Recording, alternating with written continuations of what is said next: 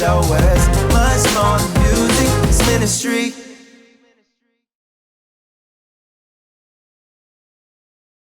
So the violence in Chicago is crazy, right? Like, the question is, does life imitate art, or does art imitate life? And honestly, man,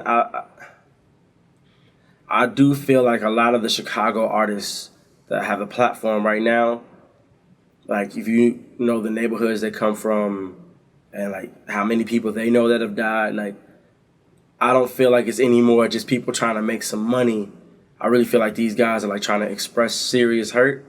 And they're young, and so nobody's there to like kind of lead them and guide them. And so, you know, Chief Keef gets into it with Lil JoJo. Someone kills Lil JoJo because Lil JoJo's actually in a gang, and Chief Keef is actually in a gang, right? And they just happen to make music, and tension flares up, and lines are drawn, and now somebody's not here anymore. And then the music seems to glorify it some, but if you really listen, people just hurt. They don't know what else to do. Like I watched an interview with Chief Keef, and they brought up his dad. They were like, "Do you talk to your dad?" And he just got so angry. Like whole interview, he's doing cool, and his dad comes up and he's like, "Nah, I'll talk to him." And that was it. Like he was just like, they're just so hurt, man. And you see it when you see it in the number of murders that are, because it's not even just like people are dying. It's like literally kids are killing each other. People, we had over 500 murders last year, and we're already on pace to break that record this year. And again, we're talking about murders. This is not like, you know, accidental deaths. So like, this is, I hate you, I don't like you, I take a gun, I'm gonna blow your brains out. And so hip hop has some influence, but there's so many other influences: the poverty, the lack of educational training, fatherlessness,